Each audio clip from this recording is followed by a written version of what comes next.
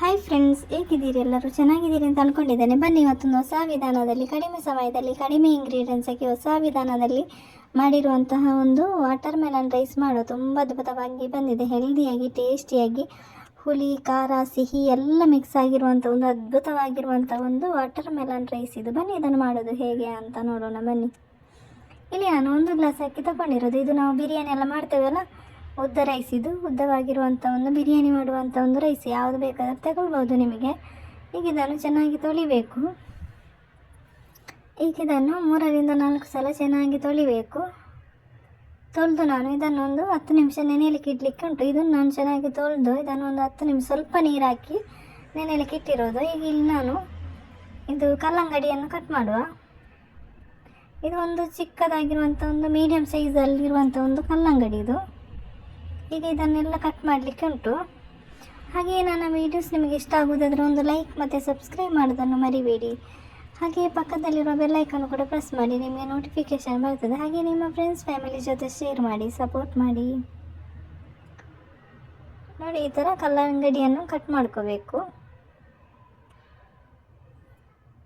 ತುಂಬ ಹೆಲ್ದಿಯಾಗಿ, ಟೇಸ್ಟಿಯಾಗಿ, ಹೊಸ ವಿಧಾನದಲ್ಲಿ ಮಾಡಿರುವಂಥ ಒಂದು ಕಲ್ಲಂಗಡಿಯ ರೈಸ್ ಇದು. ತುಂಬ ಚೆನ್ನಾಗಿ ಬಂದಿದೆ.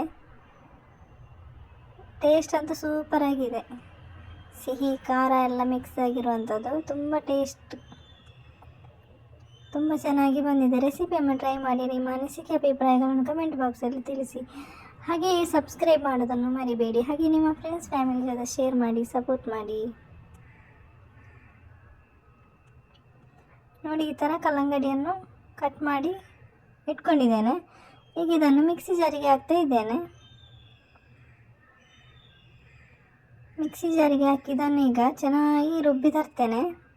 ನೋಡಿ, ಚೆನ್ನಾಗಿ ರುಬ್ಬಿಕೊಂಡಾಗಿದೆ. ಈಗ ಇದನ್ನು ಸೋಸುವ. ಈ ಥರ ಸೋಸ್ಕೋಬೇಕು. ಅದರಲ್ಲಿ ಬೀಜ ಎಲ್ಲ ಇರ್ತದಲ್ಲ, ಅದೆಲ್ಲ ಹೋಗಬೇಕು.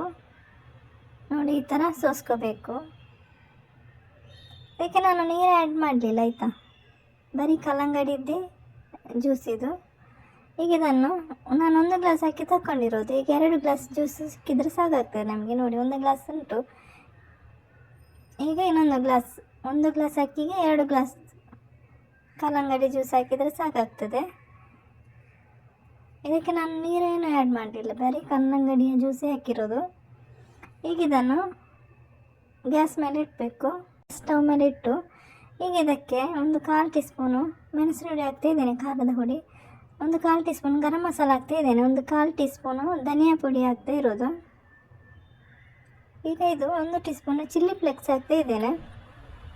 ರುಚಿಗೆ ಬೇಕಾದಷ್ಟು ಉಪ್ಪು ಕೂಡ ಹಾಕ್ತಾ ಇರೋದು. ಈಗ ಇದನ್ನು ಚೆನ್ನಾಗಿ ಮಿಕ್ಸ್ ಮಾಡ್ಕೋಬೇಕು. ಈಗ ಇದನ್ನು ಚೆನ್ನಾಗಿ ಮಿಕ್ಸ್ ಮಾಡಿ, ಇದು ಚೆನ್ನಾಗಿ ಈಗ ಕುದಿಬೇಕು. ಇದನ್ನು ಚೆನ್ನಾಗಿ ಕುದಿಸುವ. ಈ ಥರ ಮಿಕ್ಸ್ ಮಾಡಿ. ಇದು ಚೆನ್ನಾಗಿ ಕುದೀತಾ ಇದೆ. ನೋಡಿ, ಕುದಿಯುವಾಗ ನಾವೀಗ ನೆನೆಸಿರುವಂಥ ಅಕ್ಕಿ ಹಾಕಬೇಕು.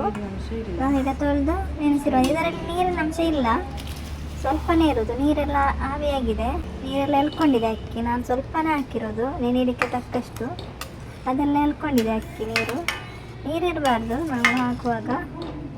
ಅಳತೆ ಪ್ರಕಾರ ಹಾಕಬೇಕು. ನಾವು 1 ಗ್ಲಾಸ್ ಅಕ್ಕಿ ತಗೊಂಡ್ರೆ 2 ಗ್ಲಾಸ್ ನೀರು ಹಾಕಬೇಕು. ಈಗ ಇದನ್ನು ಮುಚ್ಚಿ 10 ನಿಮಿಷದ ಕಾಲ ಬೇಯಿಸ್ಕೋಬೇಕು ಮೀಡಿಯಮ್ ಫ್ಲೇಮಲ್ಲಿ. ನೋಡಿ, ಚೆನ್ನಾಗಿ ಬೆಂದಿದೆ. 10 ನಿಮಿಷ ಆದ ನಂತರ ನಾನು ನೋಡ್ತಾ ಇರೋದು ಹೆಲ್ದಿಯಾಗಿ, ಟೇಸ್ಟಿಯಾಗಿ ಮಾಡಿರುವಂಥ ಒಂದು ವಾಟರ್ ಮೆಲನ್ ರೈಸ್ ತುಂಬ ಅದ್ಭುತವಾಗಿ ಬಂದಿದೆ. ರೆಸಿಪಿಯನ್ನು ಟ್ರೈ ಮಾಡಿ. ನಿಮ್ಮ ಅನಿಸಿಕೆ ಅಭಿಪ್ರಾಯಗಳನ್ನು ಕಮೆಂಟ್ ಬಾಕ್ಸಲ್ಲಿ ತಿಳಿಸಿ. ಹಾಗೆ ಸಬ್ಸ್ಕ್ರೈಬ್ ಮಾಡೋದನ್ನು ಮರಿಬೇಡಿ. ಈಗ ಇದಕ್ಕೊಂದು ಒಗ್ಗರಣೆ ಹಾಕಲಿಕ್ಕೆ ಉಂಟು.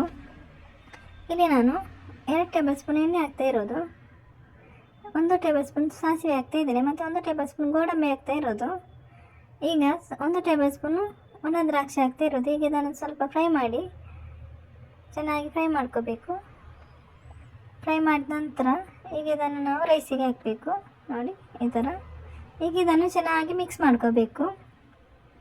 ಚೆನ್ನಾಗಿ ಮಿಕ್ಸ್ ಮಾಡಿದರೆ ಸೂಪರ್ ಆಗಿರುವಂಥ, ಹೆಲ್ದಿಯಾಗಿರುವಂಥ ಒಂದು ವಾಟರ್ ಮೆಲನ್ ರೈಸ್ ರೆಡಿ ಆಯಿತು. ತುಂಬ ಅದ್ಭುತವಾಗಿ ಬಂದಿದೆ. ತುಂಬ ಹೆಲ್ದಿಯಾಗಿ, ಟೇಸ್ಟಿಯಾಗಿ ಮಾಡಿರುವಂಥ ಹೊಸ ವಿಧಾನದಲ್ಲಿ, ಹೊಸ ರೀತಿಯಲ್ಲಿ ಮಾಡಿರುವಂಥ ಒಂದು ವಾಟರ್ ಮೆಲನ್ ರೈಸ್ ರೆಡಿ ಆಯಿತು. ತುಂಬ ಅದ್ಭುತವಾಗಿ ಬಂದಿದೆ. Thank you for watching.